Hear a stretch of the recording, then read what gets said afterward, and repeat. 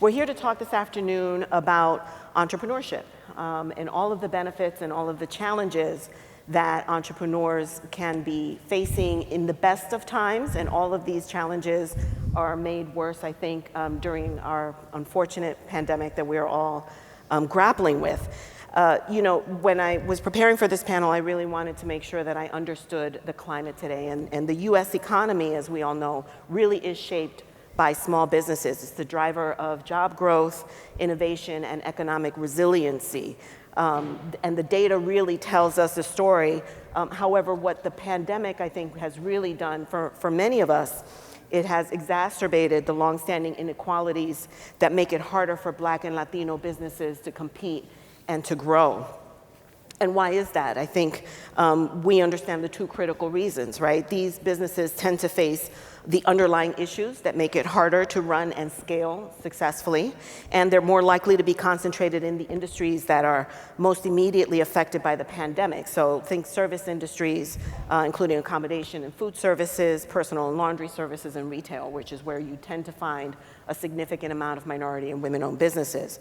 And yet, despite this climate, there has been a surge in startups in America, and the experts are still trying to explain why.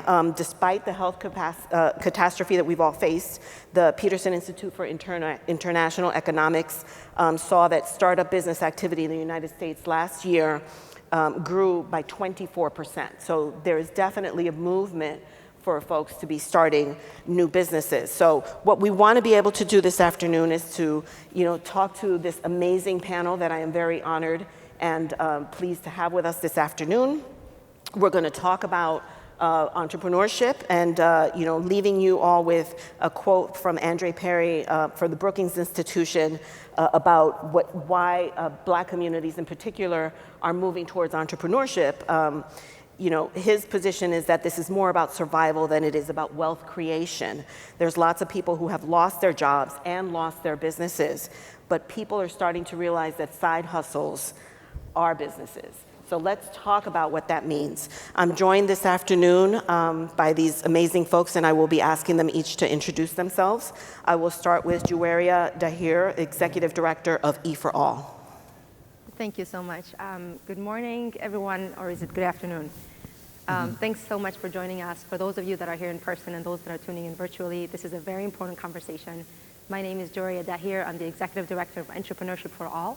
Our company is based in Western New York, but we are all over the country. We have offices in Denver, Colorado. We're in Arkansas, in Rhode Island, in Massachusetts, and right here in Berkshire County. I think it's about 30 minutes away from here. So we've got a national footprint. And essentially the work that we do is we work with small businesses and entrepreneurs, aspiring entrepreneurs that are looking to start, grow, and launch their business. And individuals can come in at any stage, whether they're looking to have a nonprofit organization, a brick and mortar type, whether it's in the tech industry and services. And then in terms of their timeline, they could come in at the ideation stage where they're just looking to validate a business idea. They can also come in where they've already had some sales and perhaps they're stuck on the $75,000 revenue each year and they need to either break even or scale up to $1 million, or they're an existing business and they're just looking to a peer-to-peer network. So we have a young presidents model where they meet monthly and they talk about, it's professionally facilitated by experts to really discuss everyday business challenges, from your first hire to your first fire, cash flow challenges, you name it. I'm excited to be here and I'm excited to be talking about entrepreneurship. And when you look at us today, know that we look like entrepreneurs and you look like entrepreneurs. So this is what entrepreneurship looks like. Thank you. Great, thank you. You're absolutely right about that. Next, I will ask Anna Vulaj-Fitzsimmons, Program Director for the Monroe County Procurement Technical Assistance Center. Anna? Thanks, Lourdes. Good afternoon, everyone. I'm Anna Vulaj-Fitzsimmons, Program Director with the Monroe County Finger Lakes Procurement Technical Assistance Center. We are actually a program of the Department of Defense. I'm one of 96 centers nationwide, including the territories of Puerto Rico and several other areas. So we're really excited to provide free government contract counseling to all businesses. And you probably wonder, what does that have to do with entrepreneurship? Because typically we deal with businesses that are existing. However, I want to let you in on some information about how entrepreneurs can take advantage of grants, particularly through the Department of Defense, that's looking for minority-owned businesses and increased participation for contracting and small business innovation research. I also want to highlight that we do have a new PTAC that covers the Albany region. For those of you in the Albany region, Ignite You PTAC, so please reach out to them for help. We provide free government contract counseling to all businesses looking to sell to the government, whether it's military, federal, state, or municipal. And we'll work with you start to finish with your registrations, your certifications, doing the market research, helping you define who is purchasing what you're selling. We work very closely with the Small Business Administration, so for those entrepreneurs that may need some other types of assistance, we make sure that you're on the right road. We're not going to leave you out there to try to figure out what's going on. And hopefully today the information that we're presenting to you from all different facets, and I'm going to address the 800-pound gorilla in the room, and that is the Department of Defense, will help you realize that there is funding out there to grow and expand your business. Great, thank you, Anna. And last but certainly not least, we have Anthony Gaddy, President and CEO of the UpState New York Black Chamber of Commerce. Tony. Thank you very much. It's an honor and a pleasure to be here on behalf of UpState New York Black Chamber of Commerce, as well as our larger national organization, US Black Chambers. We are one of 150 US Black Chambers throughout the country. In addition to that, we have a Canadian Black Chamber based in Toronto, as well as 6 Black Chambers over on the continent of Africa that I'm excited about engaging with as soon as it's kind of safe to travel again. We are a business member organization representing Black-owned businesses and Black communities where our business owners come from. We focus on 5 core pillars in our service, the 5th pillar being chamber development. Our 4th pillar is entrepreneurial training and assistance. Our 3rd pillar is government contract procurement. Our 2nd pillar is access to capital. And first and foremost, pillar number 1 is advocacy, as being the voice and so often the eyes and ears of Black-owned businesses. We feel our role is pivotal to representing in places such as this to make sure that we have a face in the room, a seat at the table, a voice to be heard, so that we can provide access not only to capital in its monetary form, but also information is capital, talent is capital. So we have to make sure that we are present, visible, and vocal in our outreach and efforts on behalf of Black-owned businesses. Yeah, thank you. That's really important, and thank you for the advocacy. I have a friend who used to tell me, if you don't have a seat at the table, then you might be on the menu. So you want to make sure that you are sitting at the table. Absolutely. But let's get to work, and Anthony, I'll ask you to address the first question. I opened by talking about what the experts believe, or why entrepreneurship is in such a rise within low-income communities and communities of color, particularly. But as you guys who are on the ground and you're working with our business owners day in and day out, what do you believe drove entrepreneurs? What do you think is really the driver to this shift in entrepreneurship? Necessity, I think, was the first, one of the things that we learned why new business owners decided to kind of take that leap of faith. We're coming through a year, and in many ways we're still kind of living through the year 2020, where due to the pandemic, we were kind of forced to stay home. People lost jobs, and so that created opportunities. People who may have had dreams or visions of maybe what they wanted to do decided to take a leap of faith, and many business owners kind of came forth from that. So, I think the fear factor is the largest factor when you decide to kind of take that leap of faith. But in a moment where everybody was kind of reassessing their livelihoods, their lives in general, also I think what people discovered was that the importance of the work-life balance, being forced to stay home. I think many people started to maybe find a different level of value in being able to work from home, but still have a quality of family life. So I think that was a huge component, and to why so many business owners decided to kind of just jump and leap on faith. I agree, although, I think one common misconception with entrepreneurship is that the work-life balance is magically going to adjust itself because you now are your own boss. But we see that, as I think I had shared earlier, it's nothing sexy about being an entrepreneur. It's a lot of hard work. Juweria, what are you seeing in your corner of the state related to entrepreneurship? Absolutely, that's a good question. I think it's really the definition of entrepreneurship to begin with. Now when you think of the word entrepreneurship, You don't picture a middle-aged white man in Silicon Valley. You don't picture that. You picture yourself, you picture somebody who is in your community that's either a social impact entrepreneur, figuring out solutions in their community. And so it's the actual definition, I think that's where it starts. And the pandemic really just exacerbated some of those issues. So people were spending more time at home and really kind of thinking about, wait a minute, is this the time to now turn my side hustle to my main hustle? And just questions of how do I become more financially independent? And I think as that grew, and then obviously in terms of support programs and services, so EforAll, the company that I'm with, Entrepreneurship for All, although we've been in existence for 10 years, we only launched the Buffalo, New York offices in this past May. And one of the first challenges or comments that I got from the community was, well, there aren't enough Black and brown entrepreneurs. We just can't find them. We don't know where they are. So as part of our programming, we have a business accelerator program, and we work with about 30 companies each year. But before we did that, we launched a pitch contest. So we offer about 4 pitch contests each year, and it's called All Idea Pitch Contest. And the tagline is really turning dreams into business. And I said, okay, let's put this out and see the type of ideas people come up with. We had 29 applicants in that first cycle, and 28 out of the 29 applicants were people of color. We had 1 white male apply. Yeah. And I turned around and I went back to my funders and the community and the network, and I said, there would be entrepreneurs in every single community. The challenge is many people just don't know what to do. They don't know at what point they need to find, they need to be insured. They don't know at what point they need to find an attorney. They don't know if they need to be, if they need to have a 501c arm or if they need to have the LLC arm. They don't know how to ask for money or at what point you should hire somebody. So programs and services like the conversation that we're having today, it's so critical. So the minute you look at yourself as the entrepreneur, that's really the get-to-go point. And I think the community is realizing, again, it's not the typical image that we've been told, or entrepreneurship doesn't necessarily mean you have to be developing an app or be the next Steve Jobs. A small business owner is the best form of entrepreneur. And my mother was an entrepreneur. She was a farmer. You don't think of farmers as entrepreneurs, but those are one of the biggest innovators.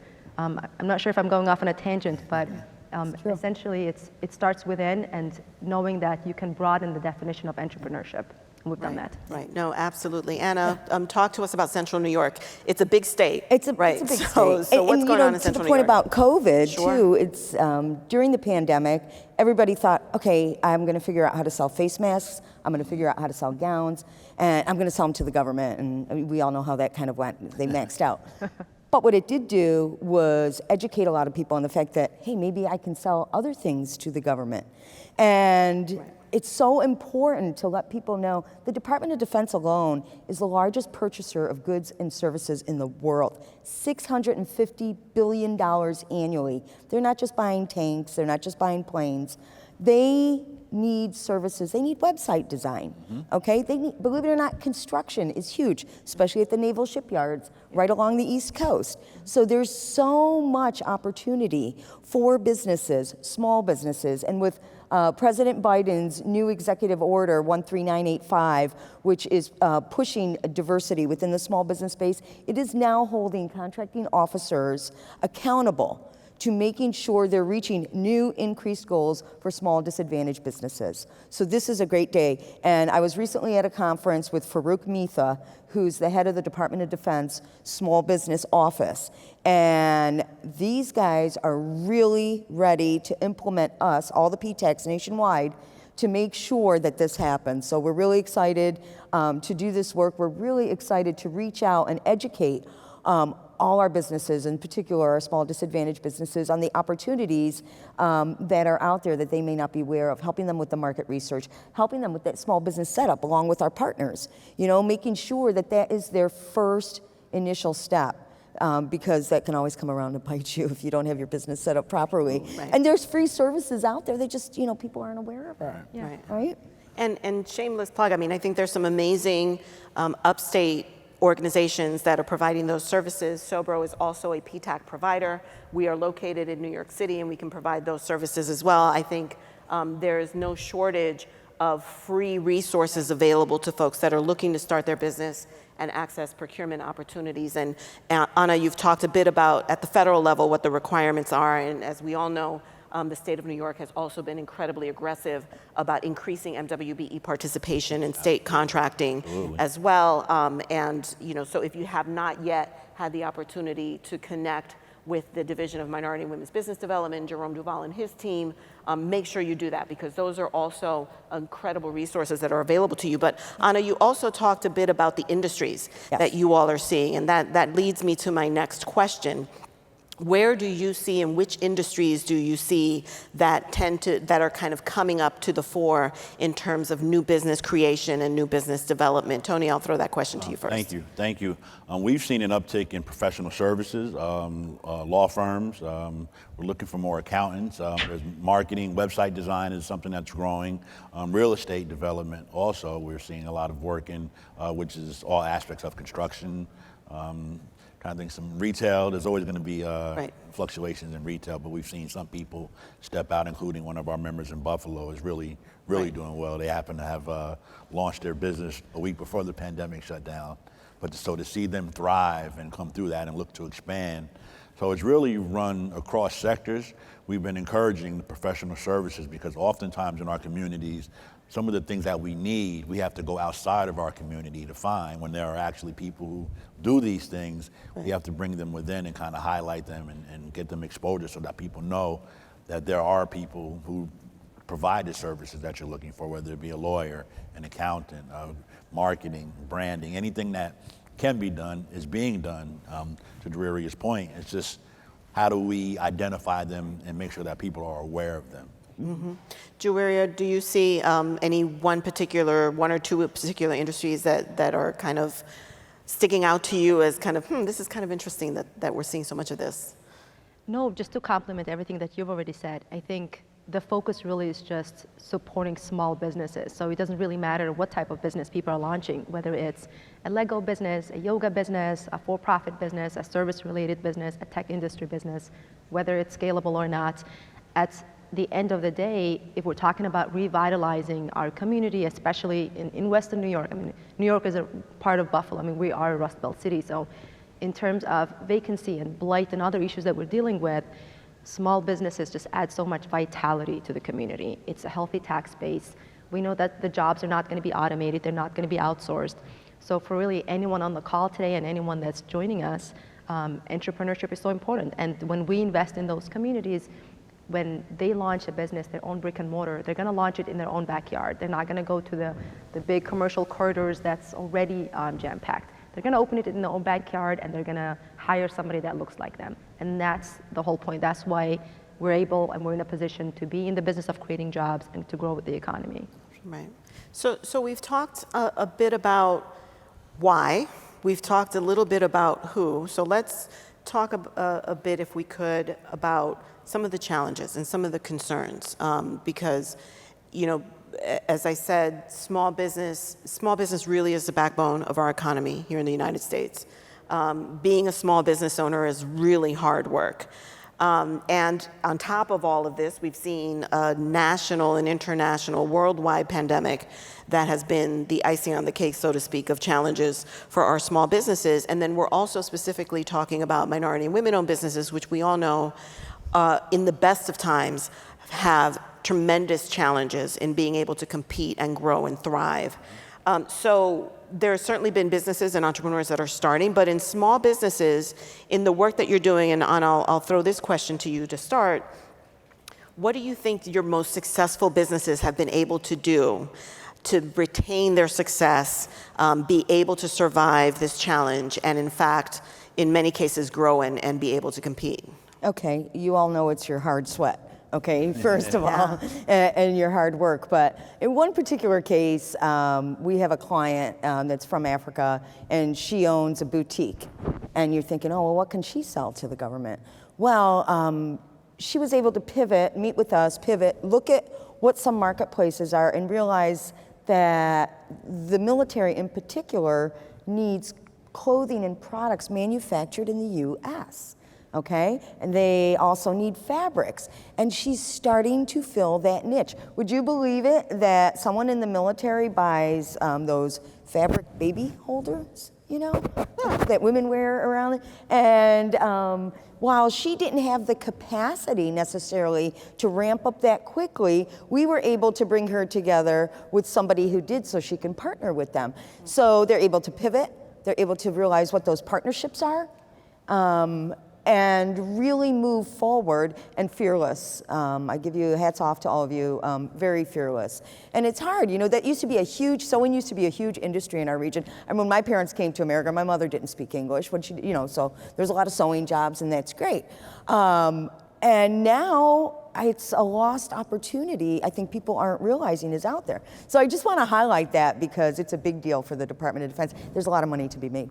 Yeah, There's a lot of money to I was trying to be cute, you know, I was like the 3 Ps: pivot, partner, and then fearless is the word that came up, which doesn't start with P, so that doesn't work. Perseverance. So save me from myself, Juweria, and talk to me about what industries, what you think is the key to success for businesses. The key to success is really, of course, being part of a network, being part of a community. When you're an entrepreneur, you're the CEO, and it's tough to be the CEO. We're talking about, you know, the idea of just not having a boss and you being the boss. But you are the boss of everything and anything, and that's huge. And so being part of a network so that you're not doing it on your own, I think is so critical. You don't necessarily have to join a specific type of organization, but be part of a community. And if there are organizations in wherever you may be, now that there is, you know, a lot of hybrid and virtual remote options, find out what those classes and what those workshops mean. In terms of EforAll, of course, I'm going to be very biased, and I'm going to ask you all to look into Entrepreneurship for All and see maybe which part of depending on which part of the country you're living in, which one is the closest site. So the one that I cover, it's the Western New York chapter. But in terms of the folks that come into our program, we work with 30 businesses each year, and so we divide them up into cohorts of 2. So 15 entrepreneurs for the first 6 months, and then another 15. And the businesses that people are coming in with are different. We had somebody she is an optometrist, and her daughter, well, she was laid off for work in 2020, and for the first time she said she was unemployed, and that's when she thought, you know what, maybe I should just start a business. And now she has a company. So she's in our cohort. And then there's other folks that are just in the ideation stage where they're just coming up and saying, I have a business idea, but I don't know how to turn my dream into a business. And so that's where our responsibility is. Once they come in, we develop their business plan. We go through pretty much understanding what their customers are, what their value proposition is, and then the nuts and bolts of sales, finance, insurance, legal. And then we give them the tools to market their business idea. So at the end of the program, it's a one-stop shop. And what we try to eliminate is the challenges that the entrepreneur faces where they try to go to multiple organizations. So many of you are probably bouncing around from one institution to another when you feel like you're just not ready to launch your business, or maybe you're looking to pivot and there just isn't a good fit. So do some studying, just take that first step. You don't have to climb the entire stairwell. Find the first step, define niche, get yourself into a program, be part of a support system so that others can also hold you accountable. If you join EforAll, you're matched up by default with 3 mentors. So every single entrepreneur, while they're going through their Business Accelerator program, they have to check in with their mentors for 90 minutes a week. And these mentors come in from all types of backgrounds. We've got mentors that are CEOs that have a $1 million industry, others that are vice presidents of a local bank or a branch, philanthropic companies, and then we've got the small business owner that just has a barber shop. And the reason we do this is to really mirror and reflect what the community looks like, to really integrate different networks, to integrate communities that normally wouldn't be next to each other. So a barber, the same business challenges that he or she might be facing, the CEO is also facing similar challenges and opportunities. So bringing them in that ecosystem and the entrepreneur being part of that process, I think that's what helps entrepreneurs thrive. So make sure you find a buddy. Do not leave the conference or the forum without finding a buddy. Find yourself a mentor. If not, go to my website and maybe we'll see what we can figure out. Yeah, and I know the panel before ours talked about business mentorship and how important that is for small businesses. And So Juweria was talking specifically about startups, right? So we're talking about folks that have a kernel of an idea. They may have already a home-based business and they're considering a brick and mortar presence, or how they take their business to the next level. So Tony, I want to ask you the same question, but then if I can ask you also, as the second part, talk to us about small businesses that are not quite startups. You know, what's important for them to be successful, particularly during this climate? Because I think we see businesses that they're the startups, they're the mid-level, there's the emerging, and then the big Amazons of the world, and somewhere in between, particularly when we're talking about our community, we need to be able to focus on providing them those services. So what do you see as key for those successes, for those businesses to be successful? Sure. So the first part of the question, I want to kind of piggyback off what Juweria said, is that the collaboration is something that we've seen, the partnering up of organizations as well as business owners, sharing resources. That's something that we've seen come through the pandemic, where people really started to pull together to see how they can help each other's businesses and identify mutually beneficial opportunities to engage. So we've done pitch your pivot competitions in Buffalo, Syracuse, Rochester, where we partner with organizations that are based in those cities. We've also worked with an organization down in Kingston to see how we can help and add value to what they're doing. So that collaborative spirit is, one of the pluses that has come out of the pandemic. We've seen people pull together and share resources. So that part of it is something that I hope carries forward regardless of where we go from here. In terms of business owners in that startup stage, one thing I really discourage when is the use of the phrase small businesses, because I understand that to a person that's kind of taking that leap of faith, whether it be quitting a job, emptying their bank account, putting their family on the line, to kind of refer to their business as small when they got so much at stake doesn't really do them justice. So I just kind of treat our members like businesses. Great. I know the phrase small businesses is kind of what we have to use, but I also am mindful of the words we use also have power. So to them, it's never small if they are putting it all on the line. One thing I really always encourage, when you have that idea, the next thing you do, you have to focus on the execution of the idea. So having a business plan is essential. Having a marketing plan, knowing not just your business, but your industry. Who are some of the key people? Maybe you might be able to identify a mentor, because none of us, I don't believe, are reinventing the wheel. There's someone who is doing what you've done, or has done what you're doing. Try to find a mentor, and you can only really do that by knowing your industry. Who are the key people? And the other thing I think that was highlighted during the pandemic when it came to the Paycheck Protection Program is the lack of relationships we have with our financial institutions. We tend to be transactional. We either go to the teller, we go to the ATM, we go to the drive-through. What we learned during the Paycheck Protection Program was that the relationship component, when it came to the lending side, those decisions aren't made at the drive-through, at the ATM. So having a relationship where you bank is important. Take the time to get to know the people where you spend your money, and that's wherever, but especially when it comes to your banking. It's important that we're all in the relationship business, whether we realize that or not. So that aspect of what we do in terms of relationship building, identifying what you'll need to take your idea from seed all the way to fruition in terms of how you envision, and you work your way backwards. Where do you see yourself in 3 years, 5 years? Well, see that and then plan accordingly and work your way backwards. But you have to have that foundation. Hopefully you have a support team around you, whether that's family, friends, people who share your vision. Those are the determining factors we feel that are kind of the thin line between success and maybe not the success you envision. No, I think that's a really important point, particularly when you look at what the data tells us in terms of who was actually able to access PPP funding. I know 10% of businesses in New York that were otherwise eligible to receive federal support were able to get it. And that's just a really shameful number. Right. I think particularly when we're talking about businesses owned by women and people of color. But I want to, if I could, just push back for a moment on and push back in a sense of trying to make it a teachable moment about a business plan. And Anna, this question is for you. Yeah, I'm coming for you. Because I think as practitioners and business support professionals, we're very used to telling people you need to do a business plan. And a business plan helps you understand the market, all the things that you just finished talking about, which are also absolutely true. But I want to get to the question of why. Why is it so important? Why is it so critical?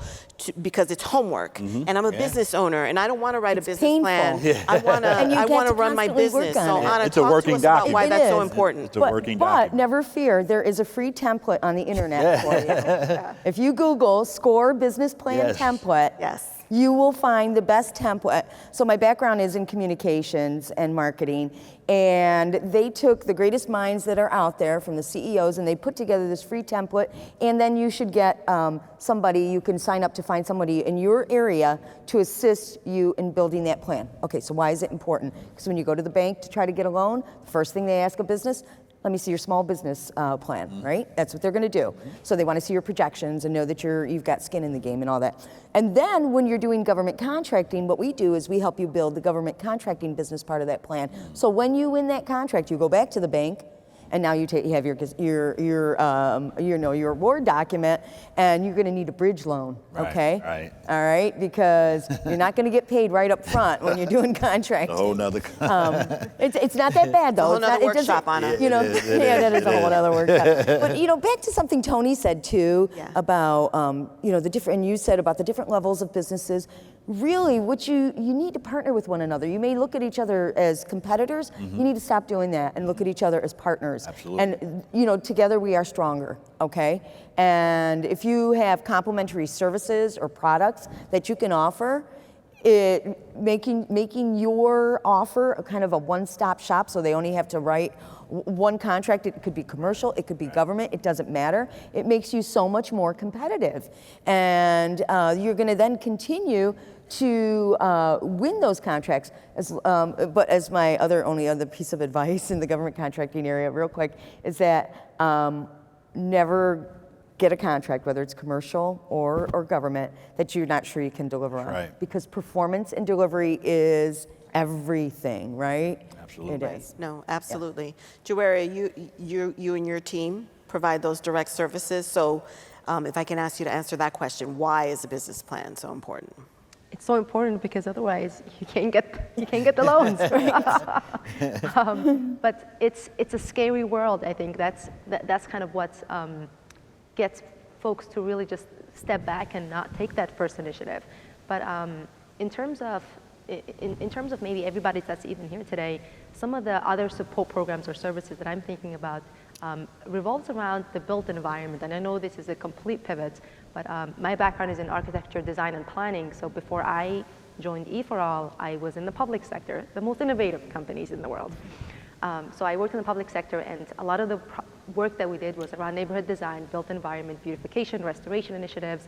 And when we talk to small businesses, especially small businesses that are either in affluent communities versus small businesses that were in distressed communities, the challenges were very different, and there are certain things that were being overlooked. So when you think about a small business operation hours, for instance, a small business in a struggling community might decrease the number of hours that they're operating as it gets darker towards the winter season, because the neighborhood is not well lit, maybe it's crime infested, unfortunately, maybe there's a lot of illegal activity taking place already around the street corner, etc.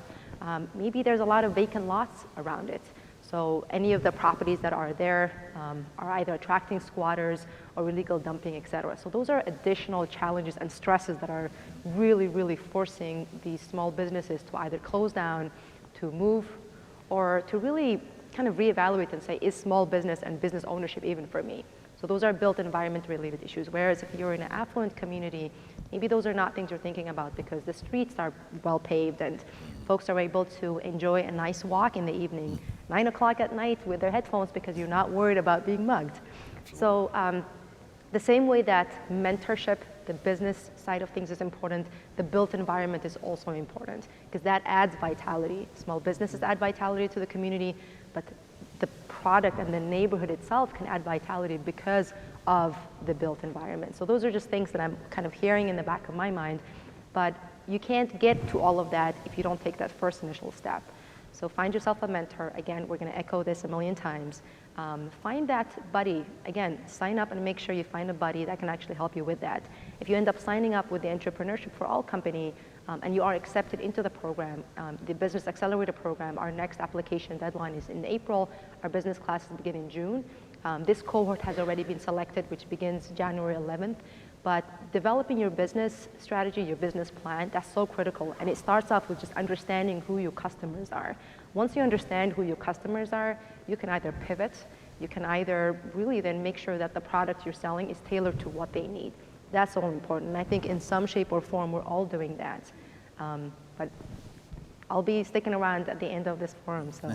Yeah, take advantage. We'll talk Take a lot. advantage of the resources. I think hopefully if you've gotten nothing else out of this, is that there are opportunities and there's help out there for folks that are looking to start businesses. We have a few minutes left, so I want to do that lightning round. If you guys have been amazing and you've provided some really incredible advice for a small business owner, and hopefully folks in our audience, and including those that are joining us remotely, are seeing a lot of this. So.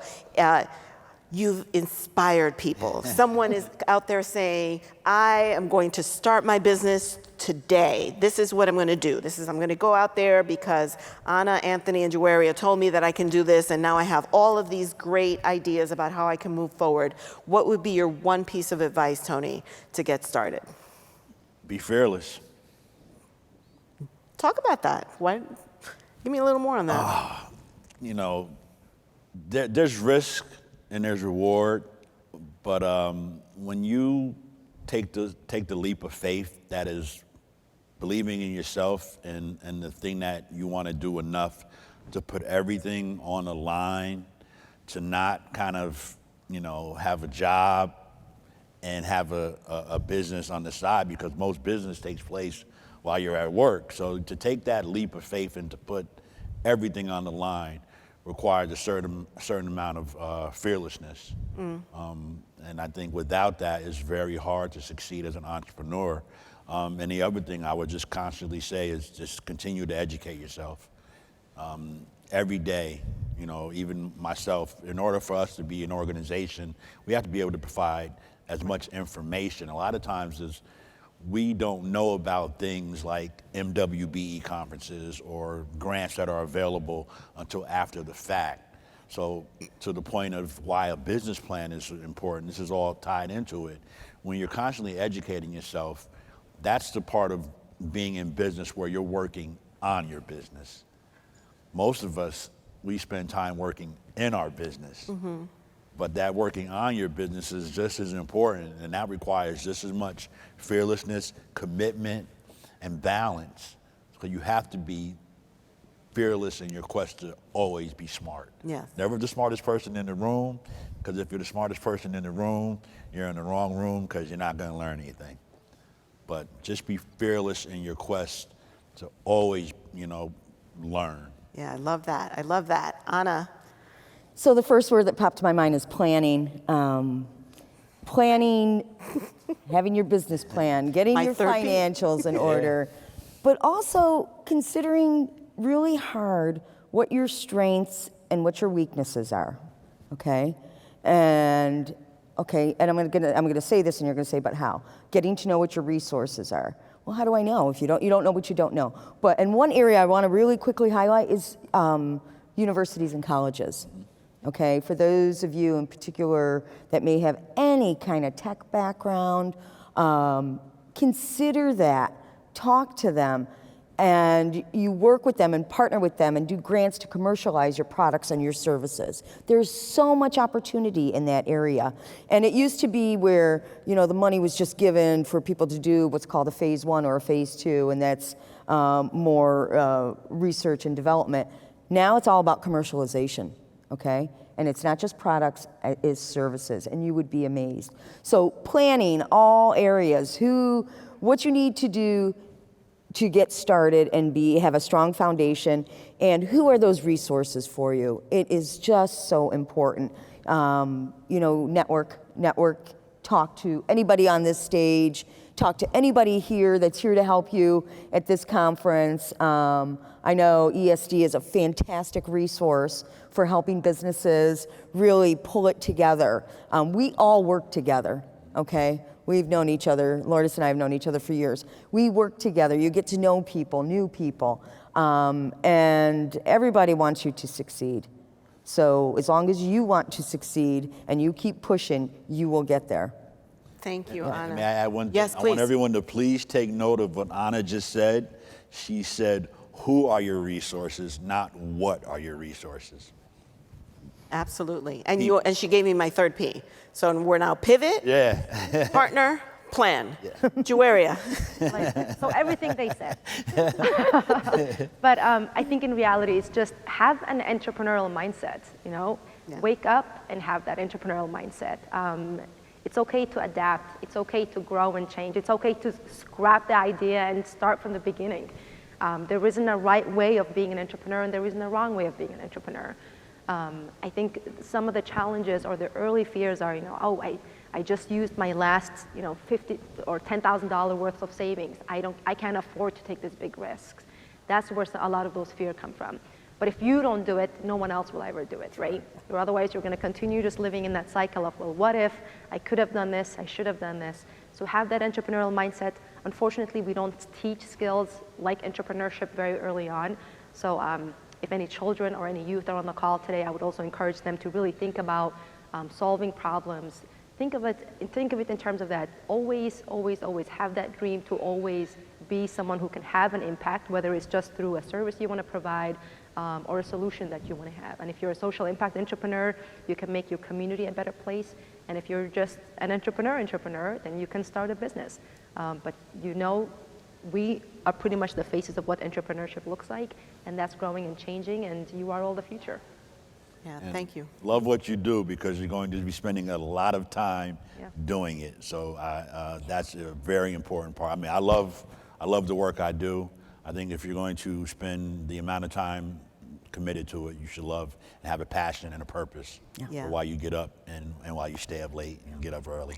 Absolutely. And all eyes are shining on you at all levels. We're all rooting for you. Absolutely. Yeah, absolutely. So look, and I will throw in my last, using my last seconds as the moderator, using your resources.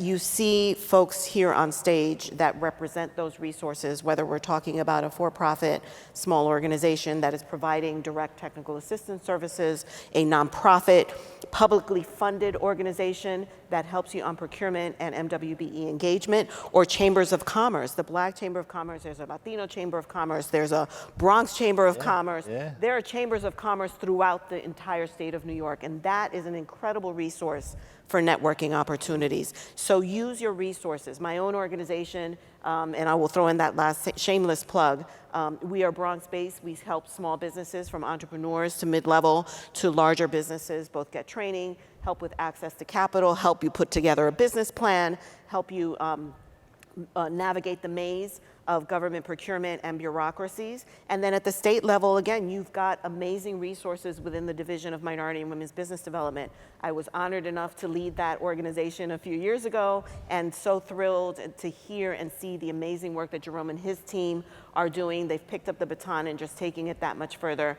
The resources are there. I really highly encourage all of you to take advantage of it. So I will close on that note. There's a big old time is up flashing here. So I think we're in red, no less. So I will close out. I want to thank very much Juweria, Dahir, Anna Vulaj-Fitzsimmons, and Anthony Gaddy for sharing your wisdom with us this afternoon. I thank you all for taking time out of your busy day.